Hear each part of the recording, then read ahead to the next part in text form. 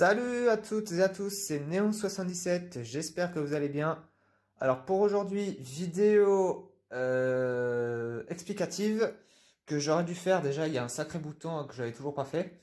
À la demande d'électricité générale, si je me rappelle bien. De toute façon, vous aurez le lien de sa chaîne dans mes suggestions et je le mettrai aussi en description, enfin bref. Qui m'avait demandé en fait de faire une vidéo concernant les problèmes électriques qu'il y avait sur les plafonniers de l'école. Qu'est-ce que je peux dire? Sur les plafonniers de l'école, donc on avait remarqué qu'il y avait un problème avec le deuxième tube. Et donc là, du coup, je vais pouvoir vous faire la vidéo démonstration.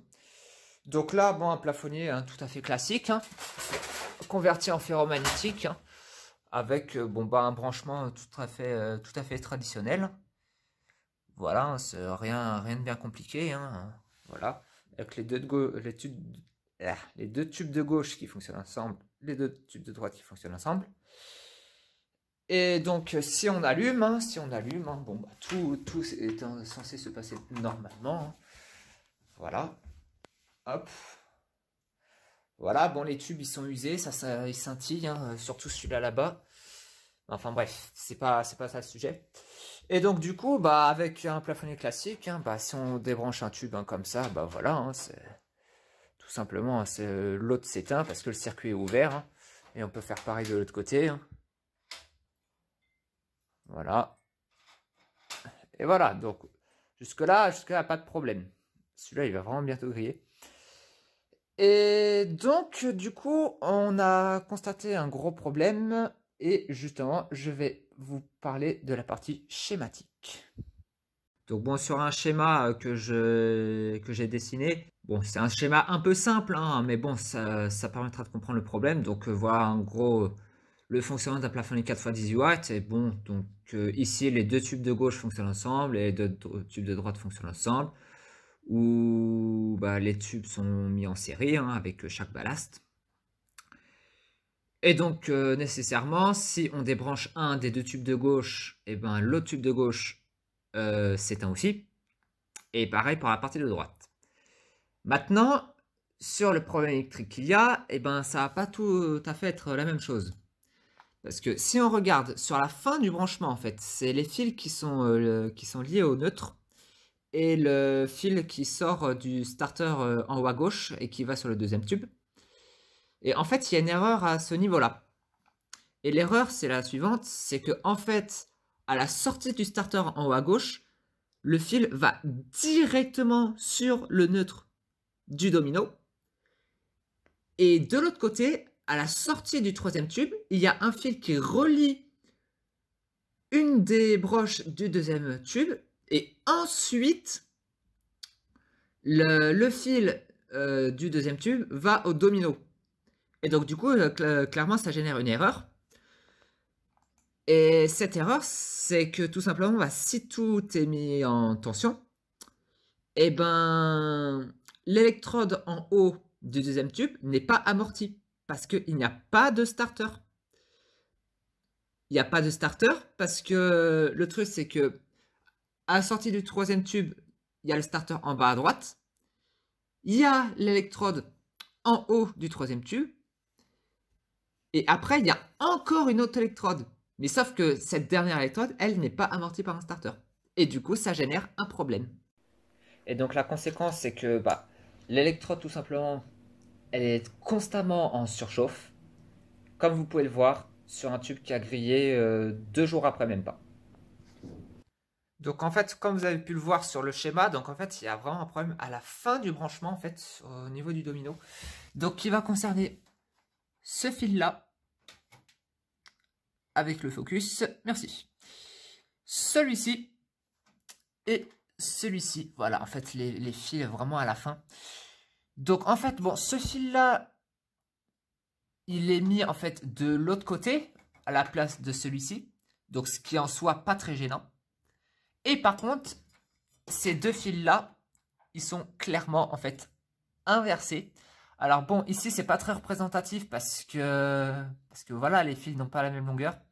Mais je pense que sur les plafonds de l'école, ils doivent avoir la même longueur et du coup ils ont sûrement dû les inverser tout simplement. Et donc maintenant, eh ben, je vais pouvoir vous montrer en changeant les branchements et du coup en faisant un branchement erroné qui sera du coup l'erreur, elle sera faite ici. Voilà. Je change tout ça. Bon voilà, j'ai fini de changer. Donc ce fil-là, il n'a pas bougé de place.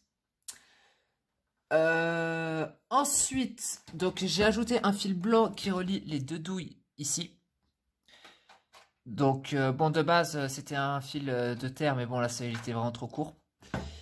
Et du coup le starter ici qui est directement relié au domino qu'il y a derrière. Et voilà, et maintenant il n'y a plus qu'à mettre sous tension en remettant les tubes. Et ça je vais le faire tout de suite. Donc bah, voilà, c'est bon, tout est installé, il n'y a plus qu'à.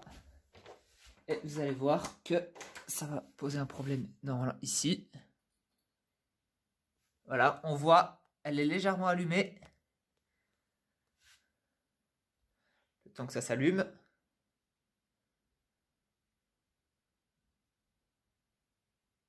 Bon, j'ai pas mis les starters les plus rapides du monde. Il faudra que j'en mette des starters qui vont plus vite. Ah non, c'est parce que le quatrième tube est débranché, voilà pourquoi. Voilà, et donc là, voilà. Et donc bon, ici là on le voit pas trop, si ça scintille clairement ici, ça scintille. Oui, ça scintille même beaucoup. Hein. Ça scintille beaucoup, hein. Il aime pas le tube. Hein. Et donc du coup, eh ben, regardez, si on débranche, eh ben, on voit qu'il y a un changement d'attitude sur ce tube là. Voilà. Maintenant, si je débranche ici, et ben voilà, on voit qu'il reste, il reste quelque chose. Il reste clairement une électrode d'allumée. Voilà. Et donc maintenant, je vais pouvoir vous montrer exactement ce qui se passe avec les autres vidéos. Donc sur cette vidéo, donc le troisième tube, il est rebranché, starter Solant, donc on peut, ça équivaut à ce que ce soit pas allumé. Hein. Et on se rend compte que l'électrode où il y a la marque, elle s'allume. Et que si je pivote le tube, l'autre électrode ne s'allume pas. Exactement comme je viens de vous montrer. Donc maintenant, là, je vais pouvoir vous montrer une des conséquences que ça a. C'est que, donc si là, je prends le premier tube, donc on a vu que, bon, les deux de gauche s'éteignaient. Mais que l'électrode ici restait très légèrement allumée. Voilà. Maintenant, si je le rebranche, je vais attendre que ça s'allume. Voilà. Et que là, si je débranche le deuxième tube, voilà, j'ai absolument tout qui s'éteint. J'ai absolument tout qui s'éteint et ça, c'est pas normal. Et je vais justement vous montrer une vidéo que j'avais filmée le 6 janvier 2020, le montrant. Et donc là, pareil, je prends le deuxième tube, je le débranche et qu'est-ce qui se passe? Eh bien, absolument tout s'éteint. C'est normal, du coup. Donc maintenant, je vais pouvoir vous montrer donc ce qui se passe. Donc si je mets un tube qui clignote, donc là justement où il y a le problème, donc là donc j'ai tout qui s'éteint, mais bon c'est logique. Voilà. Hop. Donc si je prends un tube qui clignote, genre tiens celui-là par exemple. Celui-là par exemple les grillés, donc je vais le mettre du côté justement où ça déconne.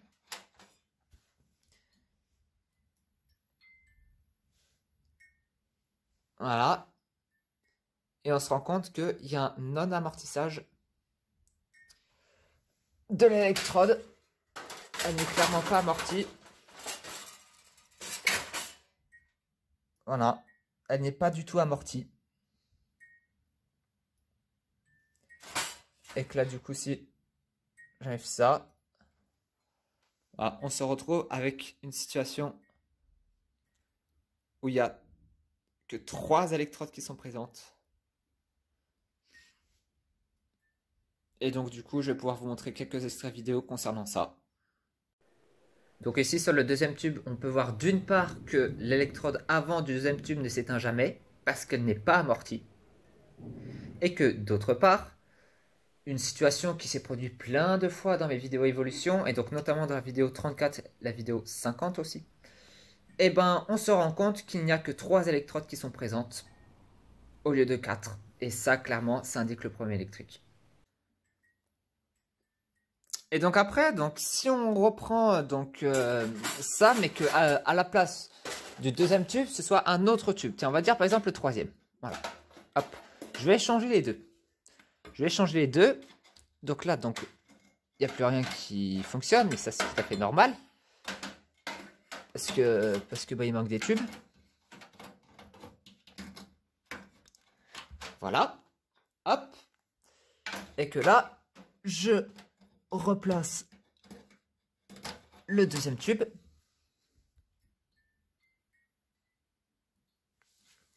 Et ben, on se rend compte que bah, l'électrode ici réagit en fait.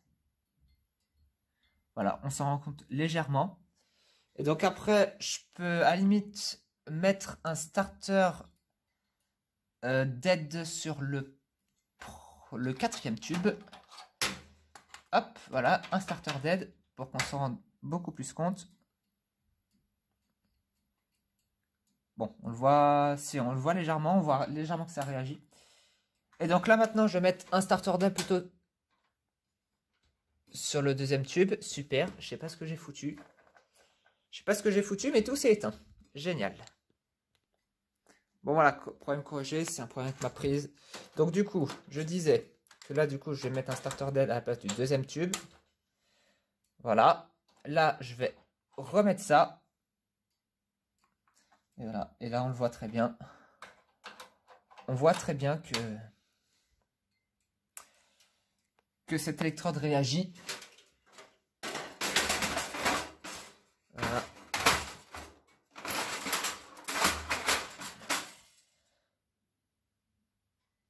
Voilà.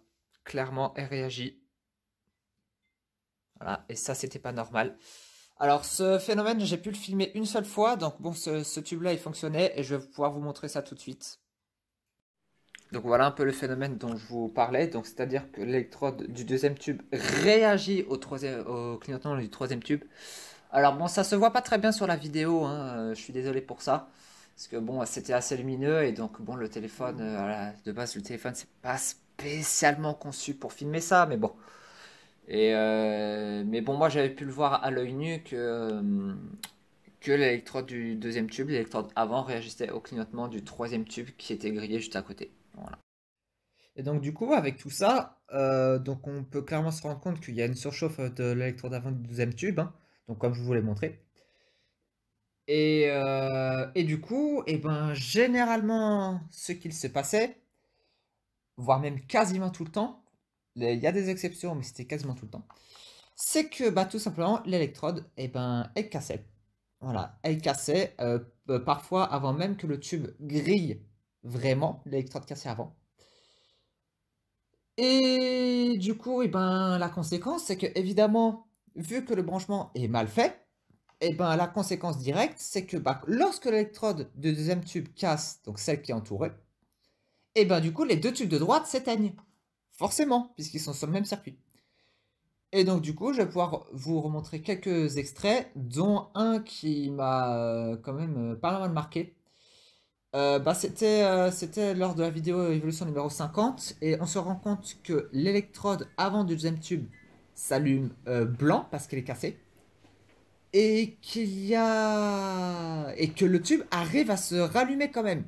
Il arrive à se rallumer malgré la casse d'électrode. Et du coup, ça génère un signal complètement instable et qui fait énormément forcer le ballast des tubes de droite. Et franchement, ça, c'est pas bon du tout. C'est pas bon du tout. Et donc, du coup, j'étais obligé de monter pour pas que ça pète. Parce que clairement, vu le bruit que ça faisait, ça aurait pu l'abîmer. Et du coup, laisser les tubes clignoter, donc avec trois électrodes, comme on a pu le voir bien souvent. Voilà, et donc par la suite, donc là j'ai mis un tube dead, hein, c'est fait exprès. C'est fait exprès, donc j'ai mis un tube dead. Et donc par la suite, ce qui arrivait très fréquemment, voire peut-être plus tôt, c'est que en fait cette électrode cassait. Et donc la conséquence de quand l'électrode casse, là on va simuler que l'électrode casse. Et voilà, ça donne exactement ça. Ça coupe complètement la partie droite, comme on peut le voir. La partie gauche continue de clignoter. Et que là, si je débranche ça, on voit la cassure de l'électrode. Très nette, voilà. Alors que en fait, il n'y a qu'une seule électrode cassée. Il y a une seule électrode cassée et que là, ben, si je rebranche, et ben, malgré l'électrode cassée, ça fonctionne quand même. Et que du coup, si je prends un autre type d'aide, je vais enlever du coup le premier tube. Voilà. Je vais prendre celui-là par exemple, qui est dead. Que j'ai récupéré dead d'ailleurs. Il a jamais fonctionné celui-là. L'électrode elle est en miettes.